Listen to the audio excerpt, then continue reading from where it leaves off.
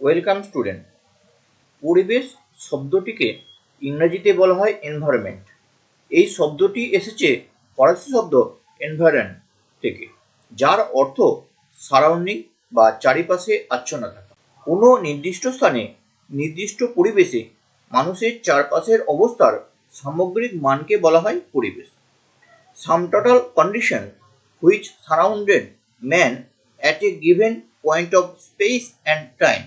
আমরা পরিবেশ বলতে কেবলমাত্র মানুষের চারিপাশের অবস্থাকে বোঝানো হয়, তবে অন্যান্য জীবের সাপেক্ষেও তার পরিবেশের অবস্থা পরিমাপ করা সম্ভব।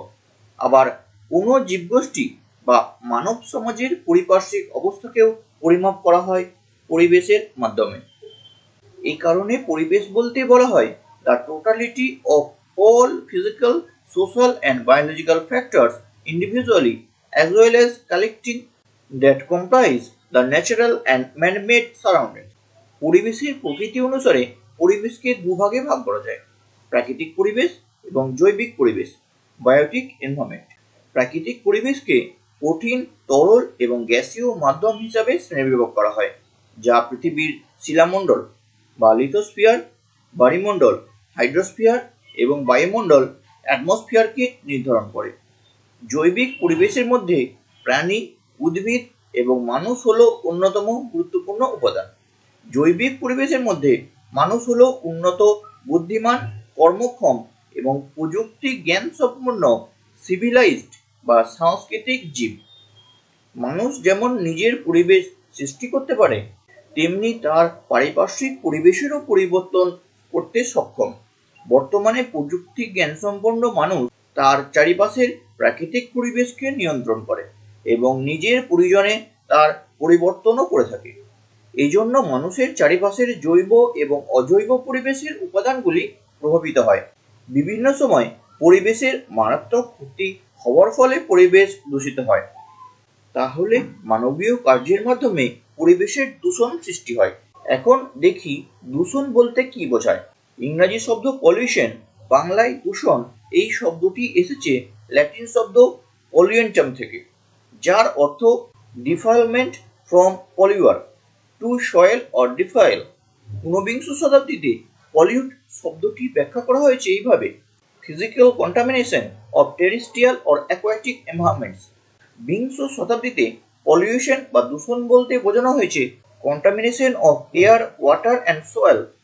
1965 সালে US president science advisory committee এর এনভায়রনমেন্ট পলিউশন প্যানেলের রিপোর্ট অনুসারে পরিবেশ দূষণ বলতে বলা হয়েছে unfavorable alteration of our surroundings wholly or largely as a byproduct of man's action through direct or indirect effect of changes in energy pattern, radiation level, chemical and physical constitution and abundance of organisms.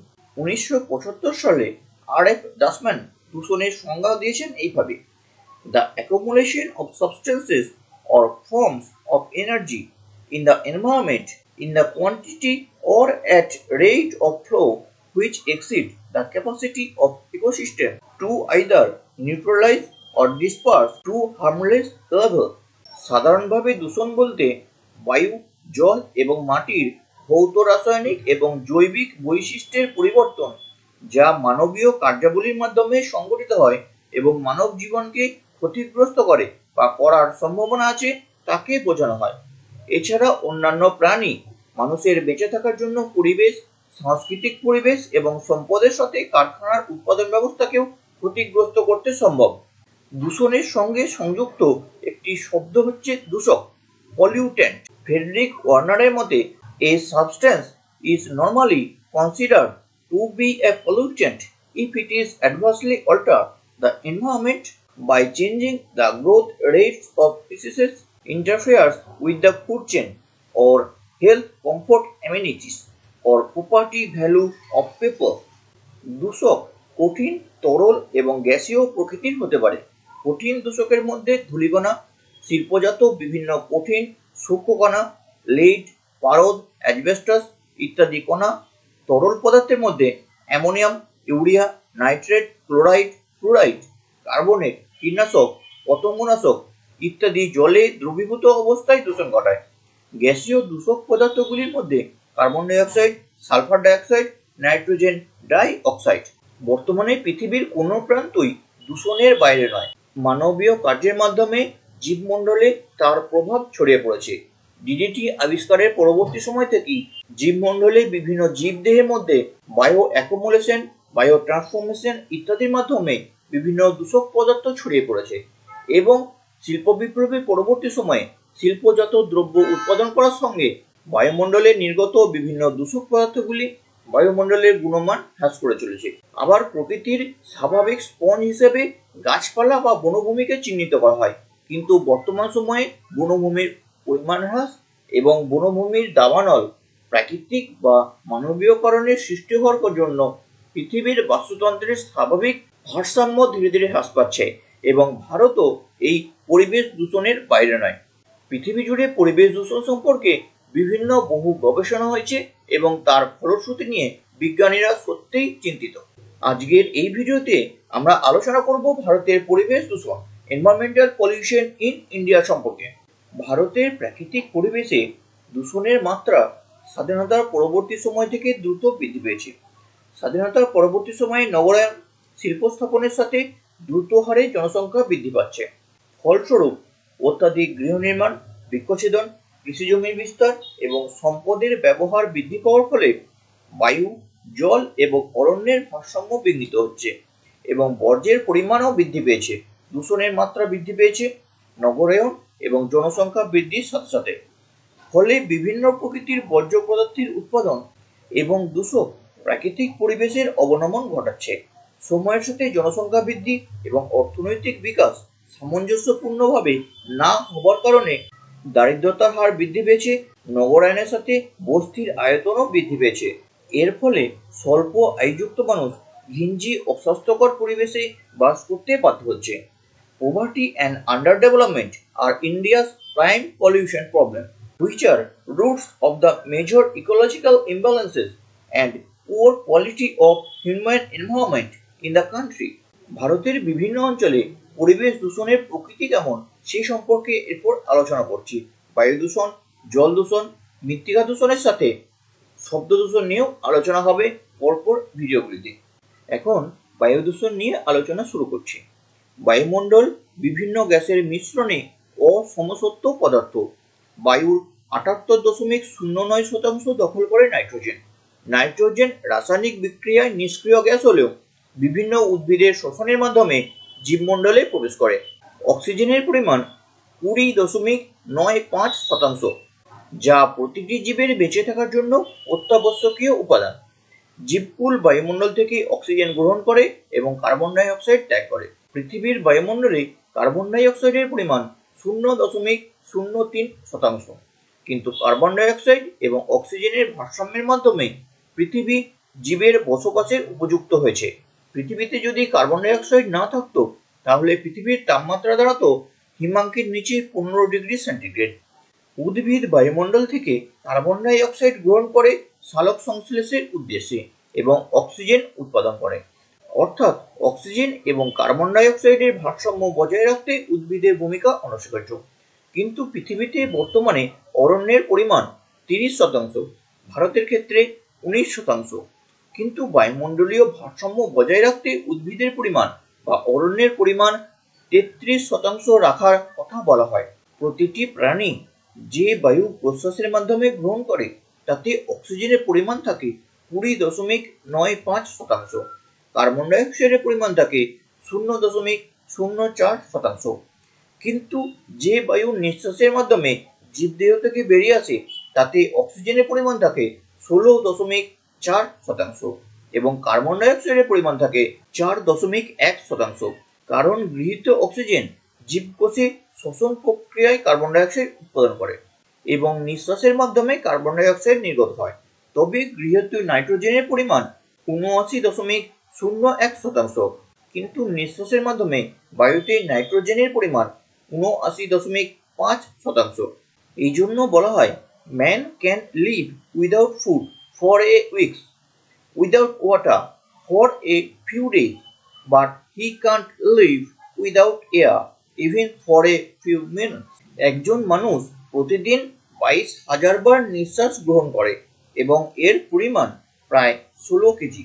অর্থাৎ প্রতিটি মানুষের বেঁচে থাকার জন্য অক্সিজেনের প্রয়োজন।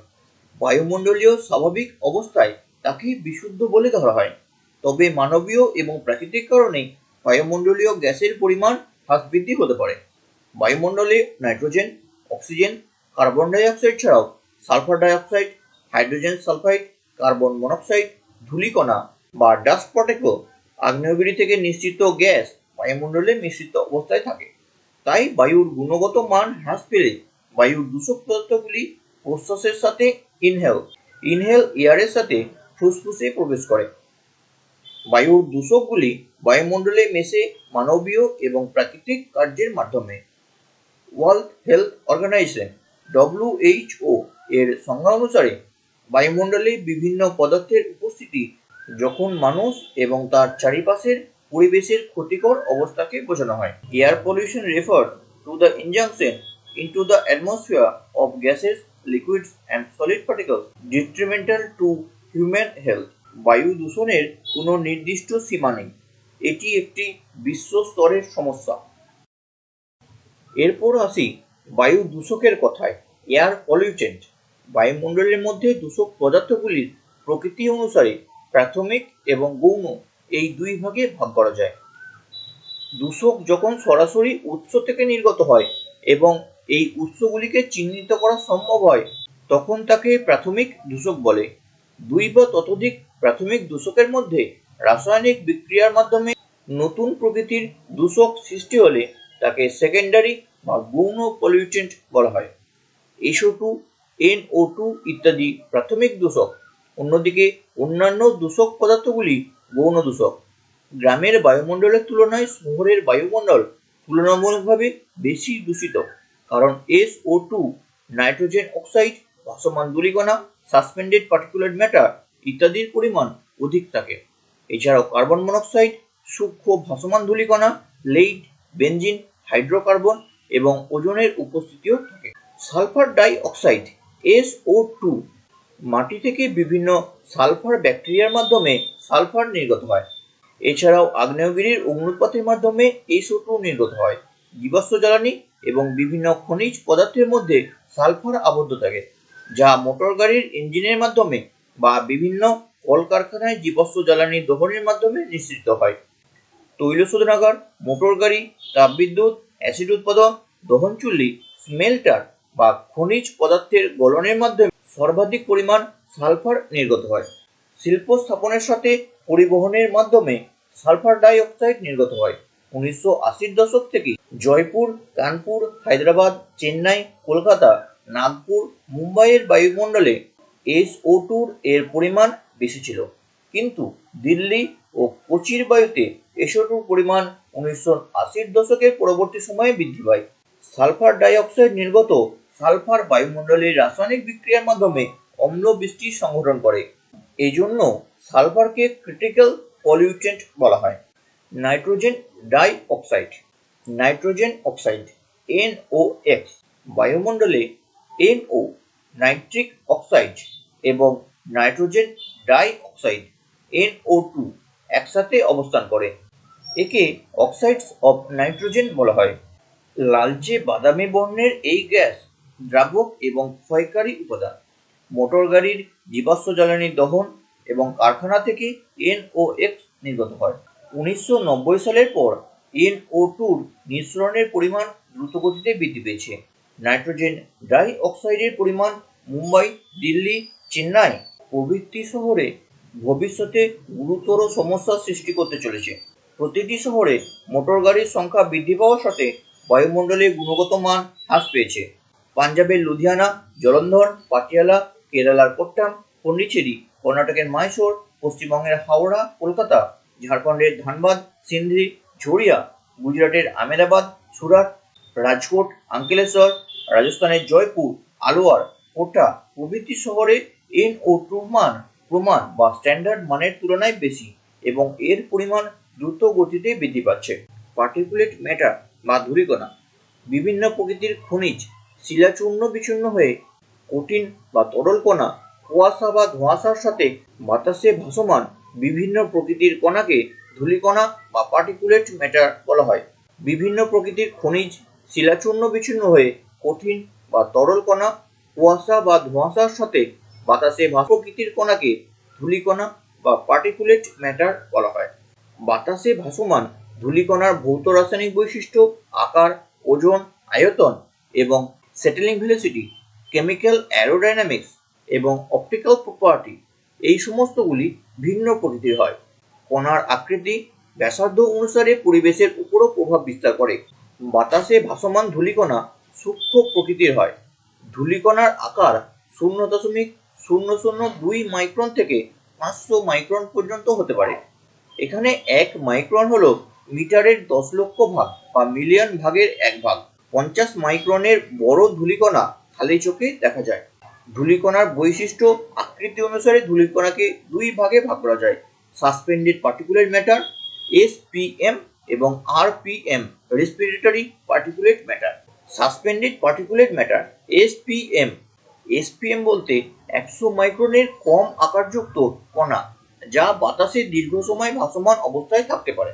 এই জন্য এদের ভাসমান কণা সাসপেন্ডেড পার্টিকুলেট ম্যাটার বলা হয়। এসপিএম হলো কঠিন তরল কণা যা সূক্ষ্ম হওয়ার কারণে মাধ্যাকর্ষণ বা গ্র্যাভিটি বলের মাধ্যমে প্রভাবিত না হয়ে দীর্ঘ সময় বাতাসে ভাসমান অবস্থায় থাকতে পারে। এই ধূলিকণাগুলি বিভিন্ন উৎস থেকে বাতাসে মেশে, যেমন খোলামুখ খনি, পাথর ভাঙা স্থান, শিল্পাঞ্চলের তাপবিদ্যুৎ কেন্দ্র বা খনিজ পদার্থের গলনের মাধ্যমে। অন্যদিকে আরপিএম, রেসপিরেটরি পার্টিকুলেট ম্যাটার। এই আরপিএম কে আবার বলা হয় আরএসপিএম, রেসপিরেবল সাসপেন্ডেড পার্টিকুলেট ম্যাটার। আরএসপিএম বলতে বোঝানো হয় 10 মাইক্রনের কম আকারের ধূলিকণাকে। PM10 হলো খুব সূক্ষ্ম ধরনের ধূলিকণা হবার কারণে এই কণাগুলি প্রশ্বাসের সাথে মানুষের শ্বাসযন্ত্রে প্রবেশ করতে পারে। আরপিএম এর উৎস হলো রাস্তার কণা, মোটর গাড়ি নির্গত কণা, ধূলিঝড়ের মাধ্যমে বাহিত কণা, কৃষিক্ষেত্রে মাটির কণা এবং নির্মাণ বা কনস্ট্রাকশনের বিভিন্ন ধূলিকণা। এছাড়াও বায়ুমণ্ডলের দূষক পদার্থগুলির মধ্যে কার্বন মনোক্সাইড, ওজোন, বিভিন্ন জৈব যৌগ যেমন হাইড্রোকার্বন, বেনজিন ইত্যাদি উপস্থিত থাকে।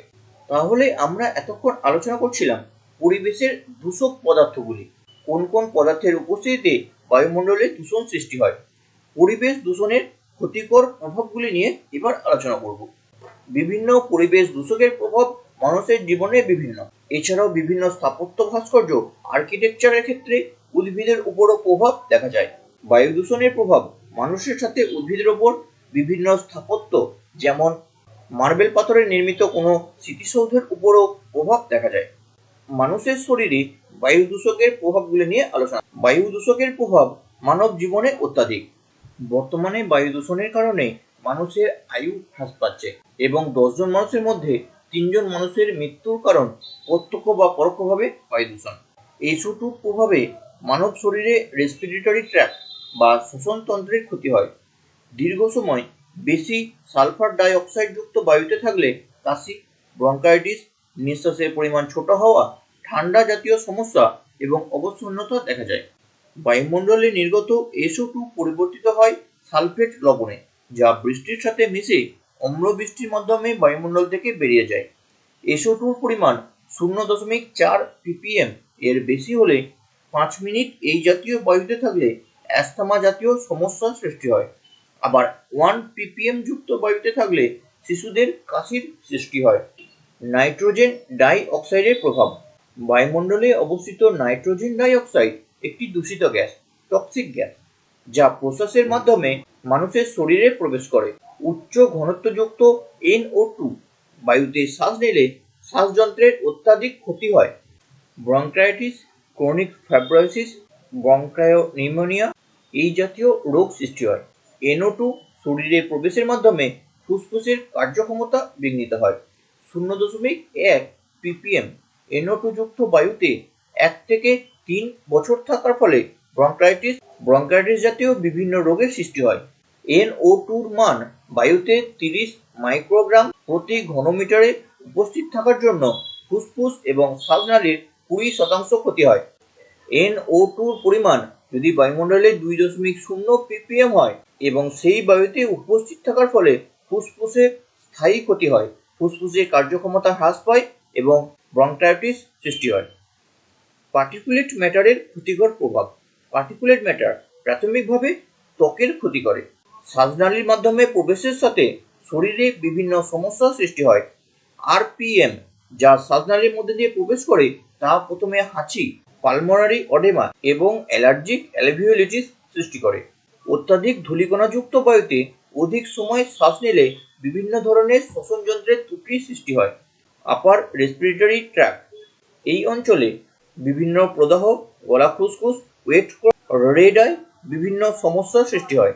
এছাড়া বায়ুমণ্ডলে ধূলিকণার উপস্থিতির কারণে অ্যাস্থমা, অ্যালার্জিক অ্যালভিওলিটিস, ব্রঙ্কাইটিস, কার্ডিওভাস্কুলার রোগের সৃষ্টি হয়। এই বিভিন্ন দূষক পদার্থগুলিতে বিভিন্ন সময় উপস্থিত থাকার জন্য মানুষের শরীরে ভিন্ন মাত্রায় রিয়াক্ট করে, তার ক্ষতির পরিমাণ ভিন্ন প্রকৃতির হয়। National air monitoring programme NAMP কেন্দ্রীয় দূষণ নিয়ন্ত্রক পর্ষদ 1984 সালে national ambient air quality monitoring শুরু করে, যা national air monitoring programme NAMP নামে পরিবর্তিত হয়। 1985 সালে 28টি স্টেশন থেকে 1992 সালে 290টি স্টেশন থেকে বায়ুমণ্ডলের দূষক পদার্থগুলির পরিমাপের ব্যবস্থা করা হয়। 2002 সালে 28টি রাজ্যে 4টি কেন্দ্রশাসিত অঞ্চলে বায়ুর গুণমাপ পরিবর্তন করা হয়। বর্তমানে প্রতিদিন নিউজ পেপারে বায়ুমণ্ডলে গুণগত মান কিরম ছিল বিভিন্ন মেট্রোপলিটন শহরগুলির তথ্য দেওয়া থাকে। NAMPর উদ্দেশ্যগুলির মধ্যে অন্যতম হল বায়ুর গুণমান পরিমাপ করা এবং পরিমাপের ধরন নির্ধারণ করা। যখন বায়ুর গুণমানের হ্রাসের সাথে নির্ধারিত মাত্রার অনুধাবন করা হয় এবং স্বাস্থ্য সম্বন্ধে সচেতনতা প্রদান করা হয়। বায়ুর গুণগত মানের হ্রাসের সাথে নির্ধারিত মাত্রার অনুধাবন করা এবং স্বাস্থ্য সম্বন্ধে সচেতনতা প্রদান করা। বায়ু দূষণের মাত্রা নির্ধারণ করা এবং শহর ও শিল্পাঞ্চলের বায়ুর গুণগত মান পরিমাপ করা। বায়ুর গুণগত মান প্রতিনিয়ত পরিমাপ করা। যানবাহনের মাধ্যমে দূষণ, ভেহিকেল পলিউশন। ভারতের নগরায়নের সাথে বিভিন্ন শহরে, বিশেষত বৃহৎ শহরে বায়ু দূষণের সমস্যা অত্যাধিক বৃদ্ধি পেয়েছে। মোটর গাড়ির নির্গত দূষক মাথা ব্যথা, চোখ জ্বালা, কাশি, ব্রঙ্কাইটিস, দৃশ্যমানতার সমস্যা সৃষ্টি করে। মোটর গাড়ির ইঞ্জিনের জ্বালানি দহনের মাধ্যমে নির্গত hydrocarbon, benzene, lead, carbon monoxide, sulphur dioxide, nitrogen dioxide এবং বিভিন্ন ধরনের সূক্ষ্ম ও ধূলিকণা নির্গত হয়। শহরাঞ্চলে গাড়ির সংখ্যা বৃদ্ধি পাওয়ার সাথে সাথে টু স্ট্রোক ইঞ্জিন, নিম্নমানের তেলের ব্যবহার, পুরাতন গাড়ি মেরামতির অভাব, রাস্তা খারাপ, যানবাহনের ধীর গতি মোটর গাড়ির দূষণ নিঃসরণের মাত্রা বৃদ্ধি করে।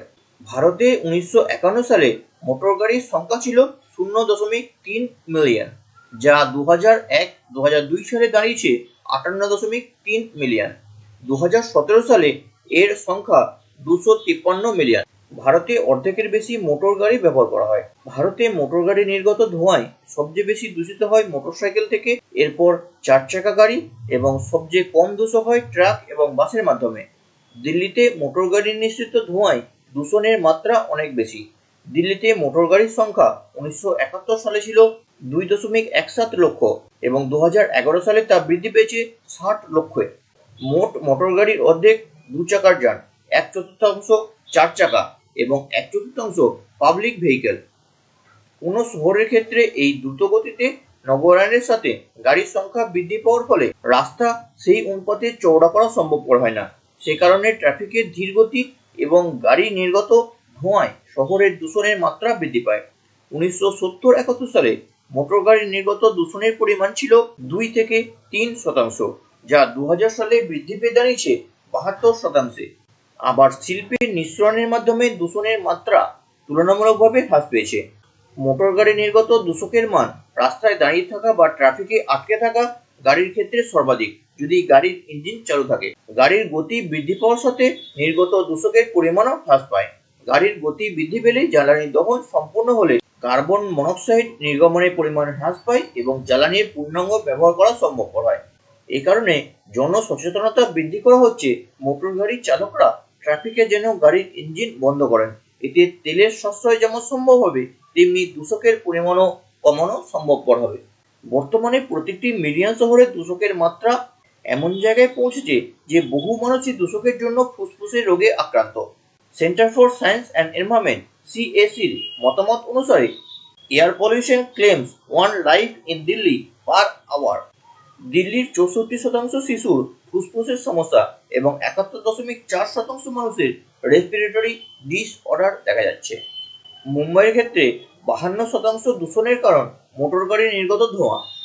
মোটর গাড়ির নির্গত ধোঁয়াতে 54% SPM এবং 52% নাইট্রোজেন ডাই অক্সাইড নির্গত হয়। শিল্পাঞ্চল থেকে দূষণ।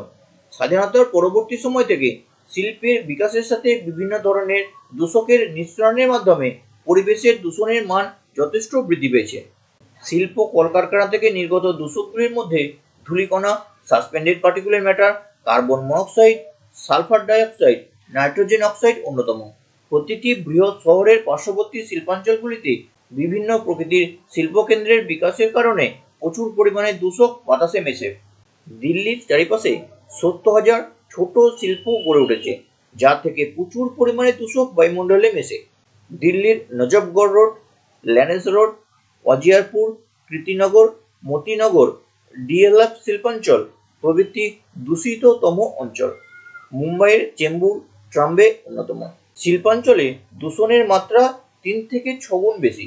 তারাপুর পারমাণবিক বিদ্যুৎ কেন্দ্র থেকে বিকিরণ ছড়াচ্ছে। কলকাতায় মোট দূষকের নির্গমনের পরিমাণ দৈনিক 1305 টন, যার মধ্যে 900 টন দূষক কলকাতা এবং হাওড়া শিল্পাঞ্চল থেকে বাতাসে মেশে। এই দূষকগুলির মধ্যে 560 ton suspended particulate matter, carbon dioxide 450 ton, sulphur dioxide 125 ton, hydrocarbon 102 ton, nitrogen dioxide 70 ton. শিল্পাঞ্চল থেকে দূষণের মধ্যে অন্যতম গুরুত্বপূর্ণ ভূমিকা পালন করে তাপবিদ্যুৎ কেন্দ্র। মোটর গাড়ির পর বায়ু দূষণের দিক থেকে তাপবিদ্যুৎ কেন্দ্র থেকে দূষণ বায়ুমণ্ডলে ছড়িয়ে পড়ে। এখনো পর্যন্ত তাপবিদ্যুৎ কেন্দ্রে শক্তি উৎপাদনের জন্য কয়লা ব্যবহার করা হয়, যা ধোঁয়া, ছাই এবং অন্যান্য দূষক পদার্থ উৎপন্ন করে। শক্তির উৎপাদনের ক্ষেত্রে কয়লা প্রধান জ্বালানি হওয়ার কারণে পরিবেশগত বিভিন্ন সমস্যা সৃষ্টি হয়। ভারতে অ্যান্থ্রাসাইট প্রকৃতির কয়লা পাওয়া যায় না। বিটুমিনাস জাতীয় মধ্যম প্রকৃতির কয়লার দহনে কয়লার 38% ছাই উৎপাদন হয় এবং তাপবিদ্যুৎ কেন্দ্রের চিমনির মাধ্যমে সূক্ষ্ম ছাই ফ্লাই অ্যাশ নির্গমনের পরিমাণ অধিক, যা বহুদূর পর্যন্ত বাতাসের মাধ্যমে বাহিত হয়। ভারতের তাপবিদ্যুৎ কেন্দ্রগুলি থেকে বছরে 40 মিলিয়ন টন ফ্লাই অ্যাশ নির্গত হয়। দিল্লিতে বায়ু দূষণের 40% সাসপেন্ডেড পার্টিকুলেট ম্যাটার এর মাধ্যমে সংঘটিত হয়। দিল্লির পার্শ্ববর্তী রাজঘাট, ইন্দ্রপ্রস্থ, বদরপুর থেকে উৎপন্ন হয় এবং দিল্লির মোট দূষকের 15% উৎপন্ন করে। তবে কয়লা ধৌত করে ব্যবহার করলে ছাইয়ের পরিমাণ কমানো সম্ভব হয় এবং দূষণ প্রতিরোধকারী যন্ত্রগুলি সহজে কার্যকরী করতে সক্ষম। ভারতের শিল্পাঞ্চলের মাধ্যমে বায়ু দূষণের সমস্যা নতুন নয়। ভারতের বিভিন্ন শিল্পাঞ্চল এবং মহানগরে বায়ু দূষণের অন্যতম কারণগুলি নিয়ে এখন আলোচনা করছি। প্রথম কারণ, নিম্নমানের জ্বালানি ব্যবহার। শিল্পাঞ্চল এবং মোটর গাড়িতে ব্যবহৃত জ্বালানি নিম্নমানের হওয়ার কারণে নিঃসৃত দূষকের পরিমাণ বেশি হয়। নিম্নমানের জীবাশ্ম জ্বালানি, বিশেষত কয়লা এবং পেট্রোলিয়ামের ব্যবহারের জন্য দূষণের পরিমাণ দিন দিন বৃদ্ধি পাচ্ছে। দ্বিতীয় কারণ, প্রচুর পরিমাণে মোটর গাড়ির ব্যবহার। ভারতে নগরায়নের সাথে মোটর গাড়ির সংখ্যা যেমন বৃদ্ধি পাচ্ছে, তার সাথে গ্রামে এবং ছোট শহরে গাড়ির বিক্রি এবং ব্যবহারও বৃদ্ধি পাচ্ছে। এই গাড়ির বিক্রি এবং ব্যবহার যেমন একদিকে অর্থনৈতিক নির্দেশক, অর্থনৈতিক উন্নতিকে নির্দেশ করে, সেরকমভাবে পরিবেশ দূষণেরও সৃষ্টি হয়। তৃতীয় কারণ, মোটর গাড়ি নির্মাণের প্রযুক্তি। ভারতে ব্যবহৃত মোটর গাড়ির প্রযুক্তি প্রাচীন ধরনের হওয়ার কারণে মোটর গাড়ির নির্গত ধোঁয়ায় দূষকের পরিমাণ বেশি। আবার 15 বছরের বেশি পুরনো গাড়ি রাস্তায় চলাচলের জন্য দূষণের পরিমাণ বেশি হয়। তবে 2020 সালে BS4 মডেলের তুলনায় BS6 উন্নত মানের প্রযুক্তি ব্যবহারের মাধ্যমে বায়ু দূষণের পরিমাণ হ্রাস করার প্রচেষ্টা করা হচ্ছে। অপরিকল্পিত শিল্পের স্থাপন। শিল্প স্থাপনের জন্য যত্রতত্র উৎপাদন কেন্দ্র স্থাপন করা হয়েছে। হ্যাজার্ড গ্রোথ অফ ইন্ডাস্ট্রি এবং স্বাধীনতার পরবর্তী সময়ে শিল্প স্থাপনের পরিমাণ বৃদ্ধি পাওয়ার ফলে বায়ু দূষণের হারও বৃদ্ধি পেয়েছে। ত্রুটিপূর্ণ স্থানে শিল্প স্থাপন। ভারতের অধিকাংশ শিল্পগুলি অবস্থান করছে বসতি এলাকার সন্নিকটে। ভারতের অধিকাংশ কুটির শিল্প এবং ক্ষুদ্র শিল্পগুলি বসতি অঞ্চলে স্থাপিত হওয়ার কারণে শিল্পের নির্গত ধোঁয়ায় বসতি অঞ্চলে পরিবেশ দূষণ সৃষ্টি হয়।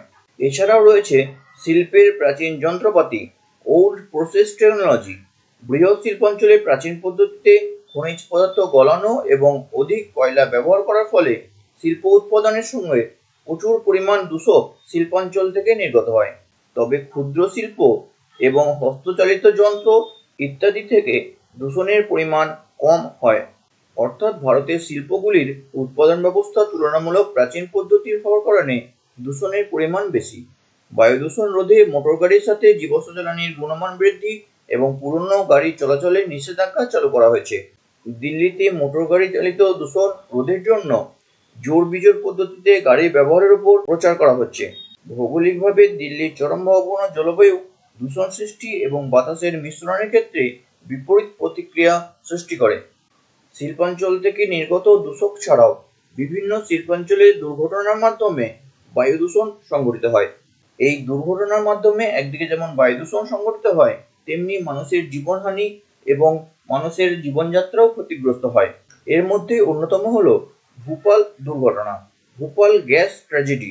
বায়ু দূষণের অন্যতম কারণ হলো বায়ুমণ্ডলে বিভিন্ন শিল্পাঞ্চলে দূষণের মাধ্যমে বিষাক্ত গ্যাস ছড়িয়ে পড়া। এর মধ্যে ভোপাল গ্যাস দুর্ঘটনা 2রা এবং 3রা ডিসেম্বর রাত্রে 1984 সালে সংঘটিত হয়। এই শিল্পকেন্দ্রে বিপর্যয় সৃষ্টি হয়েছিল কেবলমাত্র মানুষের ভুলের কারণে। ইউনিয়ন কার্বাইডের কারখানায় মিথাইল আইসোসায়ানাইড নামে 200 টন বিষাক্ত গ্যাস বায়ুমণ্ডলে ছড়িয়ে পড়ে। এই গ্যাস বায়ুমণ্ডলের চেয়ে ভারী হওয়ার কারণে তা বায়ুমণ্ডলের নিচের স্তরে অবস্থান করে এবং বহু মানুষের মৃত্যু হয়। প্রশ্বাসের সাথে শরীরে গ্যাস প্রবেশ করার সাথে বিষক্রিয়ায় 2500 মানুষের মৃত্যু হয়। তবে বেসরকারিভাবে এই সংখ্যাটি 5000 জনের বেশি। 3000 জন মানুষ গুরুতরভাবে অসুস্থ হয়। 400 শিশুর মৃত্যু হয় জন্মের কয়েক ঘন্টার মধ্যে। যারা বাঁচতে পেরেছিল তাদের শ্বাসযন্ত্র, লিভার এবং চোখে গুরুত্বপূর্ণ সমস্যা দেখা যায়। 10,000 জনের বেশি মানুষ স্থায়ীভাবে বিকলাঙ্গ হয়ে পড়ে। ভোপালে MIC গ্যাসের দুর্ঘটনা মানব ইতিহাসে গুরুত্বপূর্ণ সাক্ষী রেখে গেছে। এই কারণে বলা হয়, whereas industries bring us economic prosperity, they cause ill health and death also. ঠিক একই রকমভাবে বিশাখাপত্তনমে গ্যাস লিক করে বহু মানুষের জীবনযাত্রা ক্ষতিগ্রস্ত হয়েছিল। ভাইজ্যাকে LG পলিমার্স কেমিক্যাল প্লান্টস কারখানায় 7 মে 2020 সালের সকালে গ্যাস লিক করে। এই প্ল্যান্টের 3 কিলোমিটার ব্যাসার্ধের চারিপাশে গ্যাসের বাষ্পীয় মেঘের চাদরে গ্রামগুলি ঢাকা পড়ে যায় এবং 2020 সালে লকডাউনের সময় পলিমার কারখানায় রক্ষণাবেক্ষণের অভাবে স্টেরিন ট্যাঙ্কে ঠান্ডা ব্যবস্থা বিকল হওয়ার কারণে গ্যাস লিক করে বায়ুমণ্ডলে ছড়িয়ে পড়ে। এই দুর্ঘটনায় 13 জন মানুষের জীবনহানি হয় এবং 1000 জনের বেশি মানুষ অসুস্থ হয়ে পড়ে। এই কারখানায় পলিস্টিরিন, কোপলিমার প্রোডাক্টস এবং ইঞ্জিনিয়ারিং প্লাস্টিক উৎপন্ন হয়। এই প্ল্যান্টে 2000 টন স্টিরিন ট্যাঙ্কে সঞ্চিত ছিল, যার তাপমাত্রা থাকার কথা 20 থেকে 22 ডিগ্রি সেন্টিগ্রেড। কিন্তু যান্ত্রিক ত্রুটির কারণে ট্যাঙ্কের তাপমাত্রা নির্ধারিত মাত্রার তুলনায় বৃদ্ধি পাওয়ার কারণে স্টেরিন বাষ্পীভূত হয়ে পার্শ্ববর্তী গ্রামে ছড়িয়ে পড়ে। এই গ্যাসের প্রকোপে মানুষের চোখ জ্বালা এবং নিঃশ্বাস নিতে কষ্ট হয়, ফলে গ্যাসের প্রভাবে মানুষ অচেতন অবস্থায় মাটিতে পড়ে যায়। 13 জন মানুষের জীবনহানি এবং কয়েক হাজার মানুষের অসুস্থতার শিকার হয়। তাহলে বোঝা যাচ্ছে, সমগ্র যান্ত্রিক ত্রুটির কারণেও মানব সমাজের ওপর বিপর্যয় নেমে আসতে পারে। তবে বর্তমান সময়ে শিল্প উৎপাদন ব্যবস্থাকে বাদ দিয়ে কিন্তু অর্থনৈতিক উন্নতি, মানুষের জীবনযাত্রার উন্নতি সম্ভব নয়। সে কারণে শিল্প উৎপাদনের মাধ্যমে যেহেতু দূষক নির্গত হয় এবং উদ্ভিদ বা বনভূমি একটি প্রাকৃতিক স্পঞ্জ হিসাবে দূষকগুলিকে শোষণ করে বায়ুমণ্ডলে কার্বন ডাইঅক্সাইড অক্সিজেনের ভারসাম্য বজায় রাখতে সাহায্য করে, শিল্প স্থাপনের পাশাপাশি বনভূমির পরিমাণ বৃদ্ধি করা বা বৃক্ষরোপণ করার দিকেও জোর দেওয়া উচিত। এ কারণেই অর্থনৈতিক উন্নতির সাথে ইকোলজিক্যাল ব্যালেন্স, বাস্তুতান্ত্রিক ভারসাম্য যাতে বিঘ্নিত না হয় সেই দিকে নজর দেওয়া প্রয়োজন। এই জন্য পলিসি মেকার্স থেকে ডেভেলপমেন্ট অথরিটি প্রত্যেকেরই প্রয়োজন ইকোলজিক্যাল ইম্প্যাক্ট অ্যাসেসমেন্ট করার পর কোনো শিল্প উৎপাদন বা কোনো প্রকল্প রূপায়ণকে বাস্তবায়ন করা। আজকের এই ভিডিওটি এখানে শেষ করছি। পরবর্তী ভিডিওতে ভারতের জল দূষণ, মৃত্তিকা দূষণ এবং শব্দ দূষণ নিয়ে ফিরে আসছি।